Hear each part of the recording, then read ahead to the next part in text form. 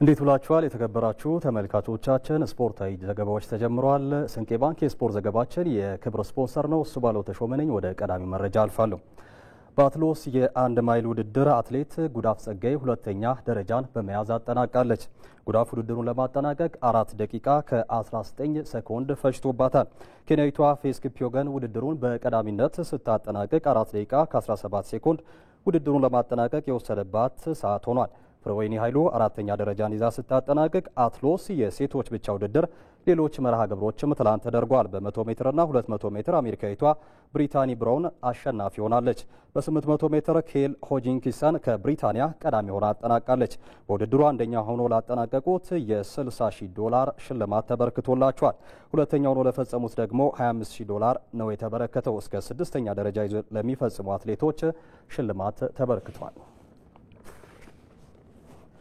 በዓለም አትሌቲክስ የፕላቲኒየም ደረጃ የተሰጠው የቺካጎ ማራቶን ነገ ሲደረግ ኢትዮጵያን አትሌቶች በሁለቱም ጾታ ይጠበቃሉ። በተለይም በሴቶች በአሸናፊነት ግምቱን ለኢትዮጵያን አትሌቶች ተሰጥቷል። በርቀቱ ከሚሳተፉት አትሌቶች መካከል አትሌት መገርቱ አለሙ የተሻለ ሰዓት አላት። በማራቶን 2 ሰዓት ከ16 ደቂቃ ከ34 ሴኮንድ የሆነ የግል ምርጥ ሰዓት ያላት አትሌቷ የቫሌንሺያ ማራቶን አሸናፊ እንደነበረችም ይታወሳል። የፍራንክፈርት ማራቶን አሸናፊዋ ሀዊ ፈይሳም በቺካጎ ከሚጠበቁት መካከል ነች። ባለፉት ዓመታት በ5000ና 10000 ሜትር ስትወዳደር የነበረችው አትሌት እጅጋዮ ታየ ደግሞ በማራቶን የመጀመሪያ ውድድሯን ታደርጋለች። በዳቱ ኤርጳና ሀቨን ኃይሉም በርቀቱ የሚወዳደሩ ሌሎች ኢትዮጵያውያን አትሌቶች ናቸው። በወንዶቹ ደግሞ ኬንያዊው ጆን ኮሪር ያለፈው ዓመት ድሉን ለማስጠበቅ ይሮጣል። አትሌቱ ባሳለፍነው ሚያዝያ ወር የቦስተን ማራቶን አሸናፊም እንደነበር የሚታወስ ነው። በ2021 የቺካጎ ማራቶን አሸናፊ የነበረው አትሌት ሴፉ ቱራም ለድል የሚጠበቅ አትሌት ነው። ሴፉ በ2022ም በቺካጎ ማራቶን ተሳትፎ ውድድሩን በሁለተኝነት ማጠናቀቁ ይታወሳል። ኬንያዊው ቲሞቲ ኪፕሊንጋትና ዩጋንዳዊው ጃኮብ ኪፕሎምም በውድድሩ የሚጠበቁ ሌሎች አትሌቶች ናቸው። 19ኛው የአዲስ አበባ ህዳሴ ዋንጫ ነገ ፍጻሜውን ያገኛል። ከመስከረም 18 2018 ዓ.ም ጀምሮ ሲካሄድ በቆየው ውድድር 6 ክለቦች ተሳታፊ ሆነው ቆይተዋል። ውድድሩ ነገ የሚጠናቀቅ ይሆናል። ዛሬ የደረጃ ጨዋታ ሲደረግ በአዲስ አበባ ስቴዲየም ቀን 9 ሰዓት ላይ ኢትዮ ኤሌክትሪክ ከኢትዮጵያ ቡና ይጫወታሉ። ኢትዮ ኤሌክትሪክ በመቻል ኢትዮጵያ ቡና በቅዱስ ጊዮርጊስ ተሸንፎ ለፍጻሜ መድረሳቸው የሚታወቅ ነገር ነው። ለክለቦች እንደ ጥሩ መዘጋጃ የተጠቀሙት ባለው በዚህ ውድድር አሸናፊ የሚሆኑትን ጨምሮ ሁሉም ተሳታፊ ክለቦች እንደየደረጃቸው ሽልማት ያገኛሉ ተብሏል። በነገው ዕለት ደግሞ በፍጻሜው ጨዋታ በቅዱስ ጊዮርጊስና ኢትዮጵያ ቡና መካከል ይከናወናል። በዝርዝርና ትንታኔ ወደምንመለከተው ጉዳያችን ስናልፍ ዓመታዊ የእንጦጦ ፓርክ ሲቢሲ ሩጫ የመዝጊያ መርሃ ግብር ውድድር ዛሬ ተካሂዷል። በመርሃ ግብሩ ህዳር 14 በሚደረገው የ2018 ሩጫ የሚሳተፉ አትሌቶችም ተለይተዋል። ይበልጣል ሰውነት ተጨማሪውን ይዞታል። ታላቁ ሩጫ በኢትዮጵያ ከኢትዮጵያ ንግድ ባንክ ጋር በመተባበር የሚያዘጋጀው የእንጦጦ ፓርክ ሲቢ ሩጫ የመዝጊያ መርሃ ግብር ተካሂዷል። በመርሃ ግብሩ ከ600 በላይ የስፖርት ቤተሰቦች ተሳትፈዋል። በዓመቱ ከተካሄዱ 9 ውድድሮች በ7ቱ የሮጡ ተሳታፊዎች የልዩ ሜዳሊያ ተሸላሚ ሆነዋል። ተሳታፊዎች ከዓመታዊው ውድድር በብዙ ማትረፋቸውን ለኢቲቪ ስፖርት ተናግረዋል። እንጦጦ ፓርክ ሲቢ ራን የ9ኙንም ውድድር ተካፍያለሁ። አሁን ደግሞ 3 ጊዜ አንደኛነት በመውጣት የኤግል ትሮፊ ተሸላሚ ሆኛለሁ። ሩጫ ማለት ጽናት፣ ብርታት፣ ጥንካሬን የሚጠይቅ ስፖርት ነው። በህይወታችን እንድንጸና፣ እንድንበረታ፣ እንድንጠነክር ያግዘናል፣ ያስተምረናል። ውድድሩ እጅግ በጣምና አመርቂ ነው። በጣም ደስ የሚል ነው። በጣም እጅግ በጣም ሌሎችም እንግዲህ እንዲሳተፉ ነው እኔ መልእክቴ። ማንኛው ለ25 ዓመት ነው እኔ የሮጥኩት ማለት ነው ታላቁ ሩጫም በኢትዮጵያ። በቃ ይኸው እንደምታየው የእድሜ ባለጸጋ ነኝ። ይኸው እንደምታየኝ ነኝ። እንግዲህ ሩጫ አይጎዳም፣ ምንም ችግር የለውም። ጤና ነው፣ ሰላም ነው፣ በቃ ፍቅር ነው። በሌላ በኩል ህዳር 14 በሚደረገው የ2018 የታላቁ ሩጫ የሚሳተፉ አትሌቶች የማጣሪያ ውድድርም ተካሂዷል። በማጣሪያው አበረ ዮሴፍ፣ ደረጃ በራና ሲሳይ ወንድሙ ከአንደኛ እስከ 3ኛ ደረጃ ይዞ አጠናቋል። ለአሸናፊዎች የገንዘብ ሽልማት ተበርክቶላቸዋል። ከታላቁ ሩጫ በኢትዮጵያ ቤተሰቦች ጋር አብረው ዝግጅታቸውን የሚያደርጉበት እድልም ተመቻችቶላቸዋል። የውድድሩ ጣምራ አዘጋጆች የ2017 ጥንካሬና ድክመታቸውን ገምግመው በቀጣይ የተሻለ ነገርን ይዘው እንደሚመጡ አስገንዝበዋል።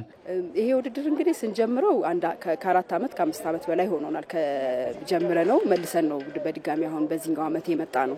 ከተለያየ አጋሮች ጋር ነው የምንሰራው። ውድድሩ ብዙ ሰው ተፈላጊነት አለው።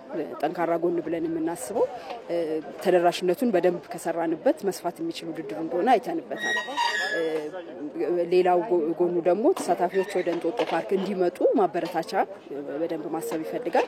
ብዙ ሰራተኛ ነው ንግድ ባንክ የሚያስተዳድረው። ስለዚህ ብዙ ሰራተኞች መኖራቸው ብዙ ጤነኛ ሰራተኛ እንዲኖር፣ ብዙ አምራች ሰራተኛ እንዲኖር፣ ብዙ በትክክል ስራውን ሰርቶ ተደስቶ የሚሄድ ሰራተኛ ስለሆነ የምንፈልገው በዛ መሰረት በውስጣችንም አጠናክረን ነው የምንቀጥለው።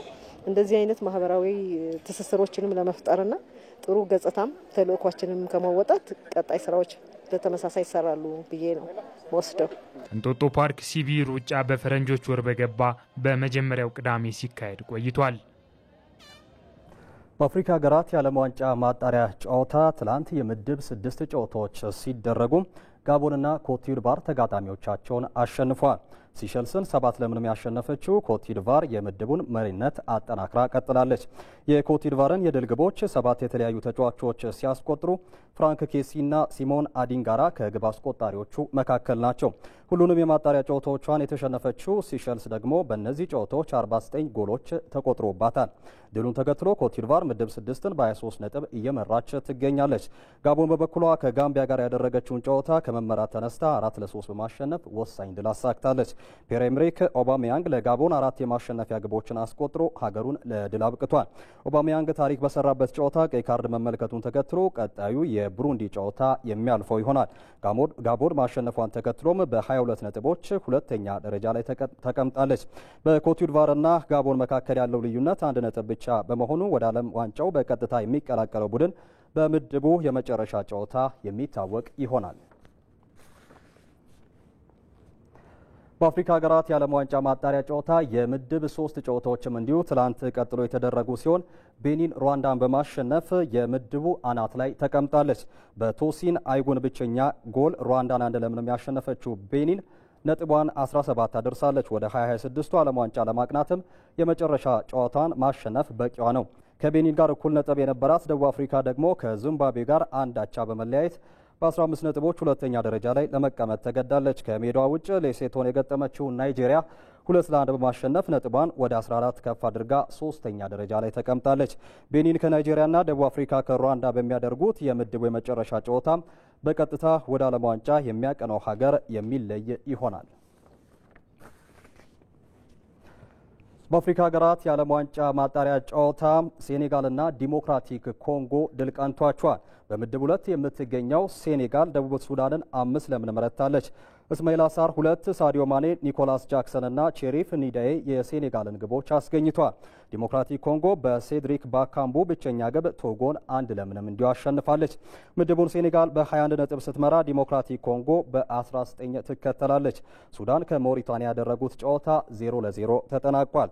በምድብ የመጨረሻ ጨዋታ ሴኔጋል ከሞሪታኒያ ትጫወታለች። የሴኔጋልን ውጤት የምትጠብቀው ዲሞክራቲክ ኮንጎ ሱዳንን ታስተናግዳለች። በምድብ 8 የምትገኘው ቱኒዚያ ሳውቶሜን 6-0 በመርታት ነጥቧን ወደ 25 ከፍ አድርጋለች።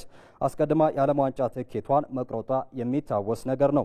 በጨዋታው ኤልያስ ሳኢድ እና ሙሐመድ ሮመዳን 2 ግብ ሲያስቆጥሩ ቻውትና ጋሪቢ ተጨማሪ ግቦችን ለቱኒዚያ አስገኝተዋል።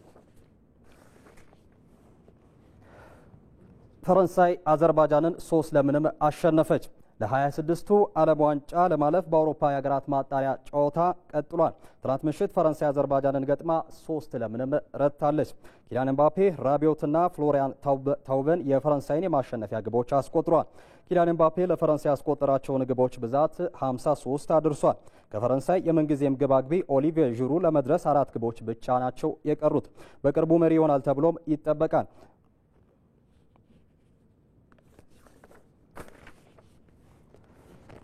በአውሮፓ ሀገራት የዓለም ዋንጫ ማጣሪያ ጨዋታ ጀርመን ሉክዘምበርግን አሸነፈች። በምድብ 1 የተደለደለችው ጀርመን ትላንት ምሽት ጨዋታዋን በሜዳዋ ከሉክዘምበርግ ጋር አድርጋ 4-0 በሆነ ውጤት አሸንፋለች። የጀርመንን የማሸነፊያ ግቦች ጆሹዋ ኪሚች በፍጹም ቅጣት ምትና በጨዋታው 2 ያስቆጠረው ሰርጂ ግናብሪና ዴቪድ ራም ቀሪዎቹን ግቦች ከመረብ አገናኝተዋል። በጨዋታው የሉክዘምበርጉ የተከላካይ ስፍራ ተጫዋች ጄሪ ካርልሰን የሰራውን ጥፋት ተከትሎ በ20ኛው ደቂቃ ከሜዳ ተወግዷል። በምድብ ሁለተኛ ድሏን ያስመዘገበችው ጀርመን 6 ነጥቦችን በመያዝ እኩል ነጥብ ከሰበሰቡት ሰሜን አይርላንድና ስሎቫኪያ በግብ ክፍያ በመብለጥ የምድቡ አናት ላይ ተቀምጣለች። በዓለም ዋንጫ ማጣሪያው 1 ነጥብ ማግኘት ያልቻለችው ሉክዘምበርግ በ7 የግብ ዕዳ የምድቡ ግርጌ ላይ ትገኛለች። በምድብ 10 የሚገኙት ቤልጅየምና ሰሜን መቄዶንያ ጨዋታቸውን አድርጎ በአቻ ውጤት አጠናቋል። ለ26ቱ ዓለም ዋንጫ በአውሮፓ ሀገራት ማጣሪያ ትላንት ጨዋታቸውን ያደረጉት ሁለቱ ሀገራት 0-0 ተለያይተዋል። ምድብ 10 6 ጨዋታዎችን ያደረገችው ሰሜን መቄዶንያ በ12 ነጥቦች ስትመራ ቤልጅየም በ1 ነጥብ ዝቅ ብላ ሁለተኛ ደረጃ ላይ ተቀምጣለች። በቀጣይ ቤልጅየም ሰኞ ምሽት የምድብ 6ኛ ጨዋታዋን ከዌልስ ጋር ስታደርግ፣ ሰሜን መቄዶንያ ደግሞ ከካዛኪስታን ጋር ትጋጠማለች።